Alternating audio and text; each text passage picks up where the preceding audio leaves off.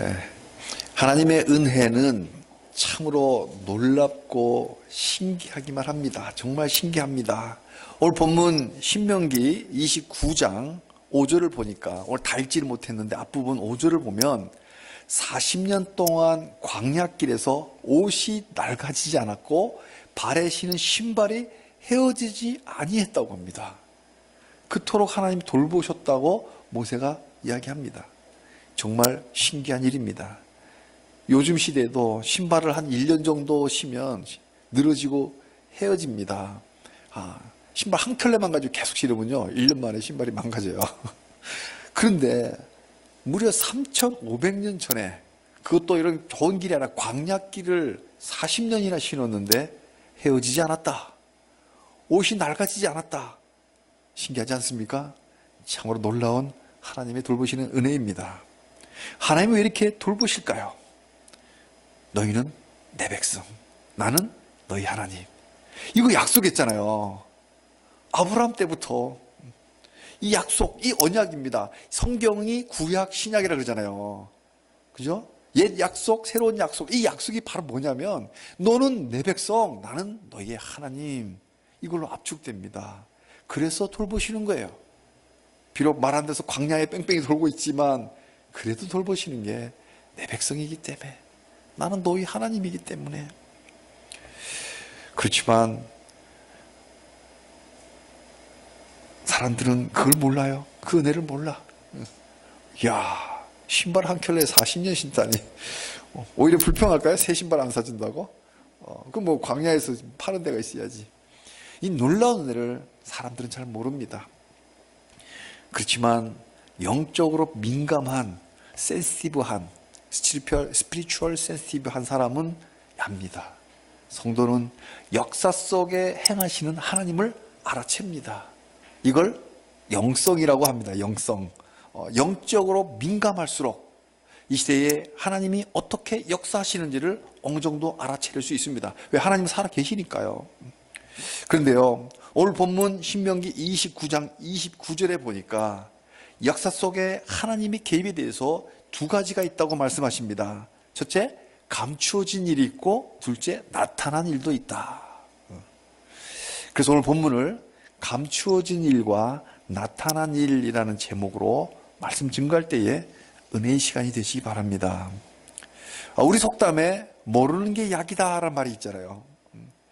우리가 세상 만사 다 할 수는 없습니다. Nobody know라는 말이 있잖아요. Nobody know. 아무도 모르는 덮어진 영역, hidden area, 감추어진 영역이 있습니다.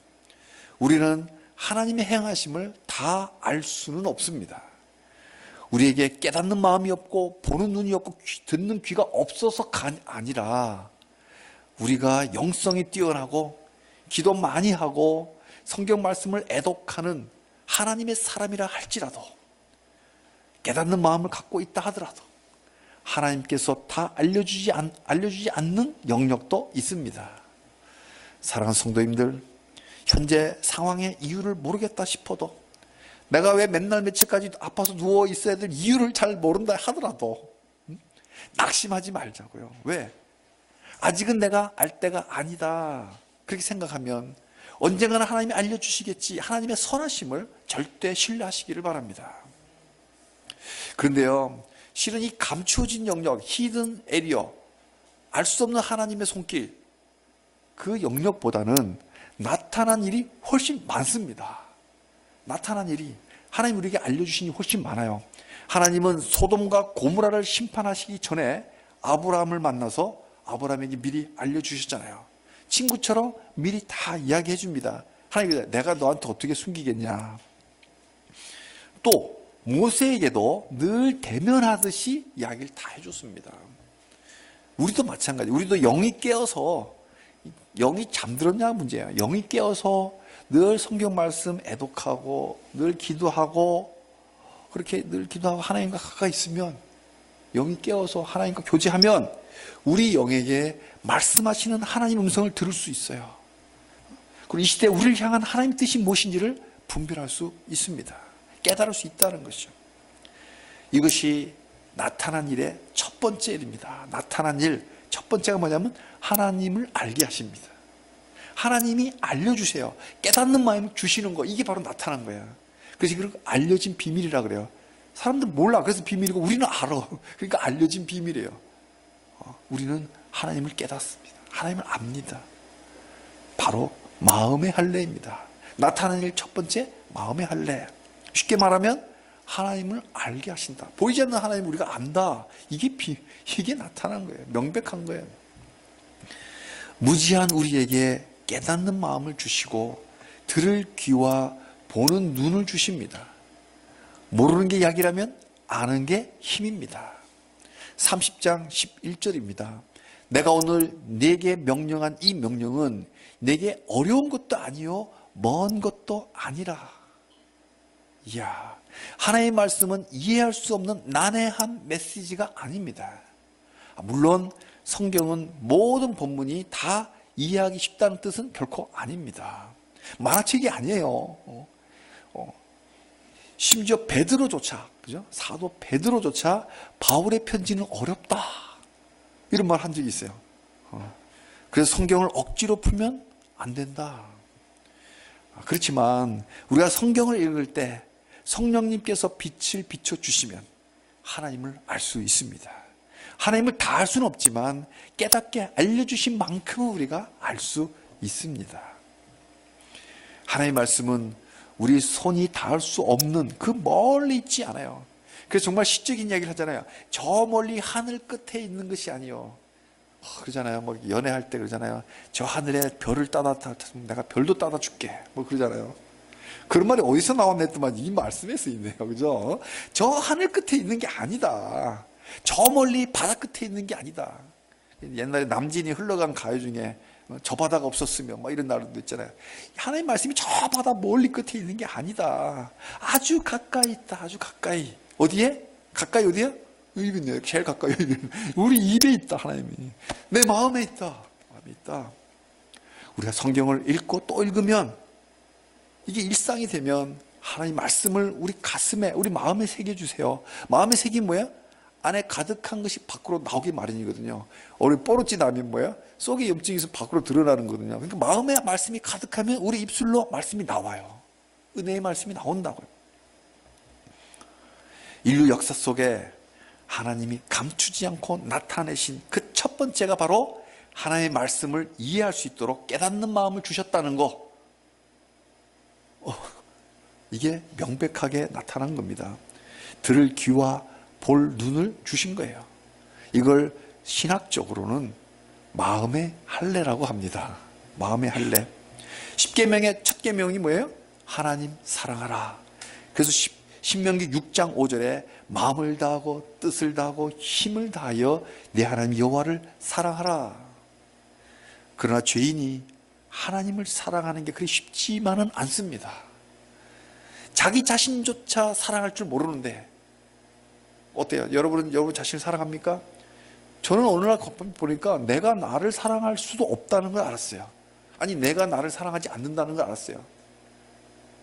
그래서 목마를 때 음료수도 한 잔 안 사주고 커피도 한 잔 안 사주고 맛있는 것도 안 사주고 내가 나를 사랑하지 못해요. 죄인이니까. 근데 하물며 눈에 보이지 않는 하나님을 사랑한다고요? 그잖아요. 네 마음과 뜻을 다하고 목숨 다해서 하나님 사랑하랬잖아요. 그렇게 막상 명령은 했지만 저 인간들이 하나님 사랑하지 못한다는 걸 아셨어요. 이 먼지 같은 인생들이 하나님 사랑할 줄 모르기 때문에, 그걸 우리 하나님 미리 아셨기 때문에, 그래서 우리에게 하나님을 사랑할 그 원동력을 주시기로 작정하십니다. 우리가 지금 하나님을 사랑하는 원인은 그 작정하심 따라 우리를 사랑하게 하셨기 때문에 그래요. 그게 바로 마음의 할례입니다. 할례가 뭐예요? 아브라함이 99살 때 주신 명령입니다. 나는 너와 네 후손의 하나님이 되리라. 창세기 17장 7절. 그죠? 이 약속이 뭐냐면 이게 구약 신약이잖아요. 성경이. 이 약속이 나는 너희의 하나님, 너는 내 백성. 처음부터 끝까지 이 약속입니다. 성경을 한마디 줄여라 그러면 그거예요. 이 언약의 사인, 언약의 심볼, 표징이 할례예요. 그래서 할례를 행하라. 창세기 17장 1절입니다. 할례는 나와 너희 사이의 언약의 표징이니라. 우리 계약할 때 계약서 쓰고 도장 찍잖아요. 그죠? 그리고 옛날에 삼국지 보면 어떻게 해요? 혈맹, 그잖아요. 혈서 쓰고, 그죠? 그래서 막 긋고 막 서로 막 대고 이러잖아. 이게 뭔가의 그 약속의 표징이 바로 나는 너희의 여호와 하나님, 너는 내 백성. 이걸로도 충분한데 우리 인간이 약하니까 눈에 보여야만 그제서 믿으니까 그 사인물로 할례를 행하라. 할례는 어린아이의 그 남자아이의 성기를 칼로 베는 게 할례예요. 마치 요즘 그 포경수술처럼 생각하시면 쉽습니다. 저도 이렇게 할례를 직접 한 거를 보지는 못했어요. 근데 그렇게 이해하시면 됩니다. 그러니까 살을 칼로 베는 거야.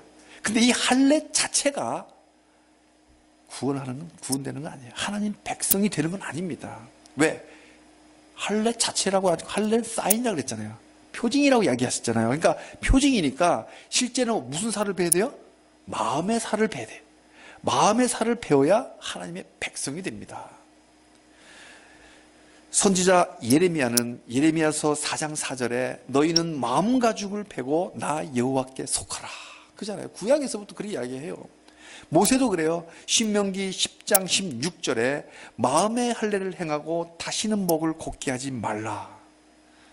자, 세월이 지나서 예수님이 있었던 1세기까지 내려왔을 때 사도 바울도 로마서 2장 29절에 할례는 마음에 할지니 영에 있는 것이라. 사랑하는 성도님들, 우리가 하나님을 사랑하는 것은 하나님께서 우리 마음 가죽을 베어 주셨기 때문입니다. 우리는 죄에 빠져 있기 때문에 스스로 마음의 할례를 할 수가 없어요. 하나님이 내 마음을 찢어 주셔야 내 영이 깨어납니다. 하나님의 말씀을 깨닫는 마음을 주시고, 우리 지금 하나님의 말씀을 깨닫잖아요. 이 마음의 할례 받았기 때문에 그래요. 하나님의 음성을 우리가 들을 귀가 있는 거, 역사 속에 움직이시는 하나님의 손을 내가 볼 수 있는 눈이 있는 거, 하나님이 우리 마음에 그 눈을 주셨기 때문에 그렇습니다. 오늘 본문 30장 14절 말씀대로 하나님의 말씀이 우리에게 매우 가까워서 우리 입에 있고 우리 마음에 말씀이 있습니다. 사랑하는 성도님들, 우리가 마음의 할례 받고 성도된 이 은혜를 결코 작다고 여기지 맙시다. 소중히 여깁시다. 우리뿐 아니라 우리 자손들의 것이에요. 우리에게 속한 것이 뿐만 아니라 우리 자손에게도 속했다고 말씀하잖아요. 그러니까 우리 자녀들, 자녀의 또 자녀들 다 하나님께 속한 자들이니 우리 자녀들에게도 이 말씀을 꼭 전달합시다. 그래서 말씀의 은사, 말씀의 은혜를 대대로 이어가는 믿음의 가문이 되시기를 주님의 이름으로 축복합니다. 아직 결혼 안 하신 형제 자매님도 마찬가지, 또 미래에 있을 자녀들에게 그렇게 대대로 이어가시기를 축복합니다. 아멘. 나타난 일 두 번째는 죄인인 우리가 하나님을 사랑하게 하십니다. 감히 나를 사랑하다니. 죄인인 우리가 죄 없는 하나님을 사랑하게 하십니다. 마음의 할례를 받았기에 그 결과로 하나님을 사랑하게 되었습니다. 하나님의 칼에 마음 가죽이 베이면 제일 먼저 마음이 찢겨집니다. 칼로 내 살을 베면 아프죠. 치과 가보세요. 마취해도 아파요. 그래서 아야 한번 마취 좀 더 해줄게요 그래요. 근데 하물며 하나님의 칼이 우리 마음을 베니 마음이 안 아프겠어요? 마음이 찢어집니다. 그 마음이 살아났다는 증거예요. 죽어있는 마음은 찢어도 아프지도 않아요. 그래서요, 온 마음 다해 하나님 사랑하기 전에 온 마음 다해 자기 마음을 찢습니다. 그게 바로 통회하는 거예요. 마음에 애통하는 거예요. 이걸 회개라고 합니다. 30장 2절 3절입니다. 우리가 하나님 여호와께 돌아오면 하나님도 심판의 마음을 돌이킵니다. 꼭 회개해야 할 말씀이에요. 우리가 회개하면 심판을 거두신다. 내가 여기까지 왔다가도 매를 거두신다. 어떻게 하면? 회개하면. 심판과 버리는 건 달라요. 남의 아들이 잘못한다고 몽둥이 안 들어요. 내 아들이니까 몽둥이 들어요. 회초리 내 아들이니까. 근데 회개하면 회초리 안 들어요. 그러니까 맞고 할래 안 맞고 할래 이거예요. 회개는 과거의 참회뿐만 아니라 현재 행동이 달라져야 진짜 회개입니다. 나 반성했어 하면 안 하는 건 말로만 반성하는 게, 현재 행동이 바뀌어야 진짜 회개한 거예요. 회개한 자는 이제 죄를 씻어냈기 때문에 죄 없으신 하나님께로 가까이 갈 수 있습니다. 하나님께 가까이 갈 자격이 얻어진 거예요. 가까이 가고 싶은 마음이 자꾸 생기는 거예요. 어제 물방울 성교회와 같이 예배를 드리는데 그 찬양을 드리다가 하나님께 가까이 가고 싶어요 막 이런 가사의 찬양을 보면서 막 그 자매가 막 울더라고. 그 가까이 가고 싶은 마음 주신 게 바로 회개한 마음, 깨끗해진 마음. 하나님 사랑한다면 하나님께 가까이 가고 싶은 거예요. 사랑하는 사람이 있으면 만나고 싶잖아요. 가까이 가고 싶잖아요. 우리도 마찬가지. 하나님 사랑한다면 좀 더 하나님 가까이 가고 싶어지는 거예요. 하나님 가까이 가고 싶은 마음 없다 그러면 내가 하나님 사랑하는 건가 다시 한번 체크해 봐야 돼요. 마음의 할례가 회개로 이어지고 이 참회가 하나님께 가까이 가고 싶어 하는 예배자로 세워줍니다. 하나님 사랑하는 성도가 되게 하십니다. 사랑하는 성도님들, 지금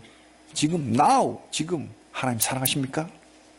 내 힘으로 사랑하는 것이 아니라 하나님이 다시 창조해 주신 새 마음을 주셨기에 우리가 하나님을 사랑합니다. 하나님은 이런 아버지세요. 두 가지 메시지.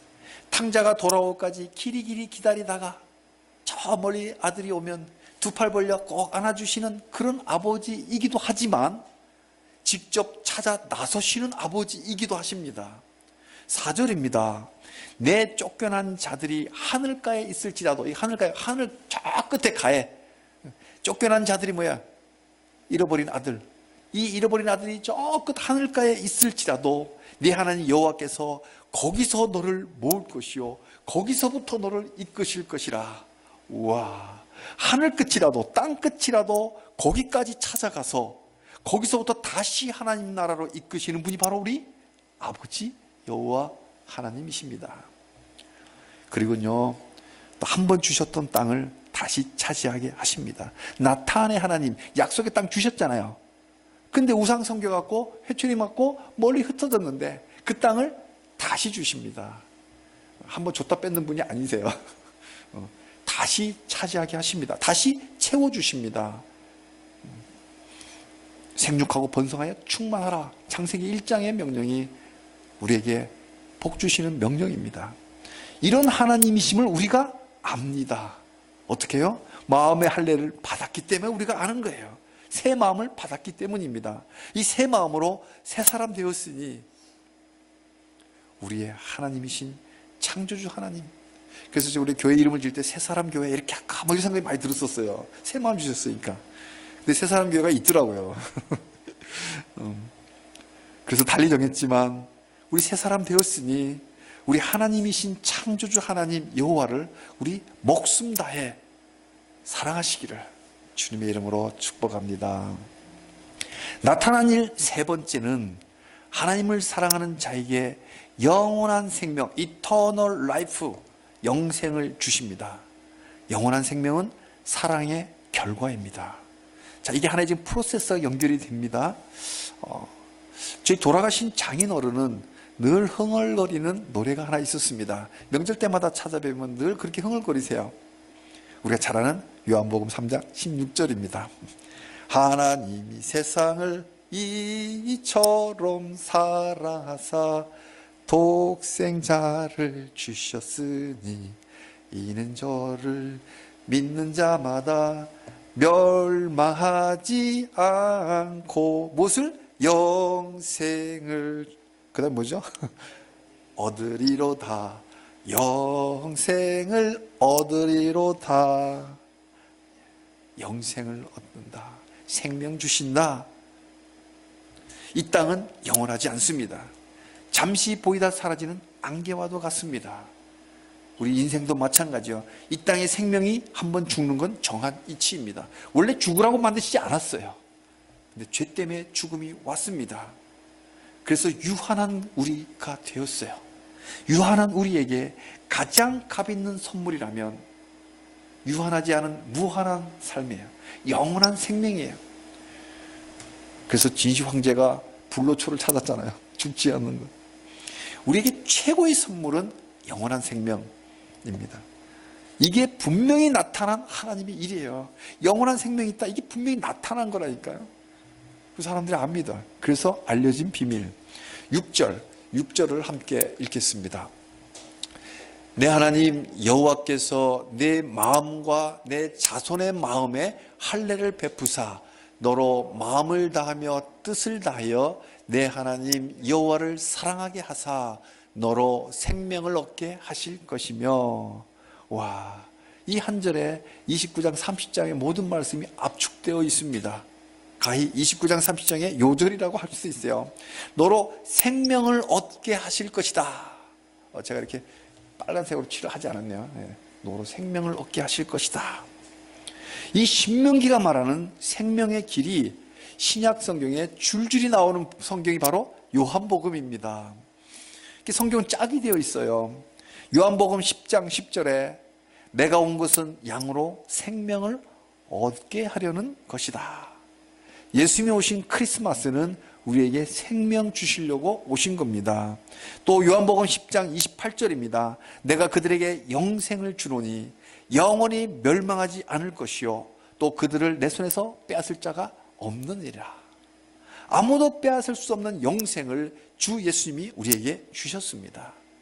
또 진실로 진실로 너희에게 이르노니, 이거는 정신 바짝 차고 들으라 이런 뜻입니다. 진실로 진실로 너희에게 이르노니 믿는 자는 영생을 가졌고 내가 곧 생명의 떡이니라. 생명의 떡이니라. 나는 부활이요 생명이니 나를 믿는 자는 죽어도 살겠고 무릇 살아서 믿는 자는 영원히 죽지 아니하리니 이것을 네가 믿느냐? 내가 곧 길이요 진리요 생명이니 나로 말미암지 않고는 아버지께로 올 자가 없느니라. 우와, 요한복음에 영생에 대해서 말씀이 수도 없이 나와요. 이게 신명기에 나온다니까요. 신명기에. 그래서 이 율법을 마치 율법주의인 양 폐기해야 될 것처럼 생각하는 목사도 있어요. 아니에요. 신명기도 복음이에요. 이 율법을 유태인들이 율법주의로 잘못 해석했기 때문에 바울이 율법주의가 아니라고 이야기한 것이지 이 율법 자체도 전부 복음입니다. 이런 율법을 지켜서 구원받는 게 아니라 구원받은 자로서 당연히 이렇게 살아라고 주신 은혜의 말씀입니다. 그래서 이 영원한 생명, 예수님을 통해서 영원한 생명 주신다는 것이 역사 속에 분명히 나타났습니다. 올 신명기 본문에 신명기 30장 6절에 딱 맞는 이 신약의 말씀이, 이 말씀을 딱 압축한 말씀이 요한일서 4장 9절에 나옵니다. 요한일서 4장 9절. 하나님의 사랑이 우리에게 이렇게 나타난 바 되었으니 하나님이 자기의 독생자를 세상에 보내심은 그로 말미암아 우리를 살리려 하심이라. 아멘. 나타난 일이 바로 예수님 보내서 우리 살리게 한 것이다. 역사 속에 나타난 하나님의 일, 그것은 생명이신 예수님을 보내사 우리를 살리려 하심입니다. 마음의 할례를 베푸셔서 예수님의 십자가 은혜를 깨닫는 마음, 새 마음을 다시 창조하셨습니다. 예수님이 우리 안에 계시는 이 새 마음이 있기에 우리가 하나님을 사랑할 수 있고 우리 안에 영원한 생명을 누릴 수 있습니다. 이제 말씀을 맺겠습니다. 모세는 약속의 땅에 들어가려는 하나님의 백성들에게 마지막 설교를 선포합니다. 신명기 30장 20절을 함께 읽겠습니다. 내 하나님 여호와를 사랑하고 그의 말씀을 청종하며 또 그를 의지하라. 그는 내 생명이시요 내 장수이시니 여호와께서 내 조상 아브라함과 이삭과 야곱에게 주리라고 맹세하신 땅에 내가 거주하리라. 아멘. 이 모세의 유언과도 같은 말씀입니다. 내 하나님 여호와를 사랑하라. 하나님의 말씀을 귀담아 듣고 따르라. 어떤 일이 있어도 내 하나님을 의지하라. 내가 섬기는 하나님이 바로 너의 생명이다. 그러니 생명을 택해라. 우와. 사랑하는 성도님들, 생명의 하나님이 우리에게 영원한 생명 주시려고 독생자를 보내셨습니다. 그분이 우리 주 예수님이십니다. 우리 모두 이 생명, 이 사랑 가지고 성삼위 하나님을 죽도록 사랑합시다. 비록 좁은 길입니다. 넓은 길이 아니에요. 좁은 길이지만, 험한 길이지만 이 참 생명의 길을 기쁘게 살아가시기를 주님의 이름으로 축복합니다.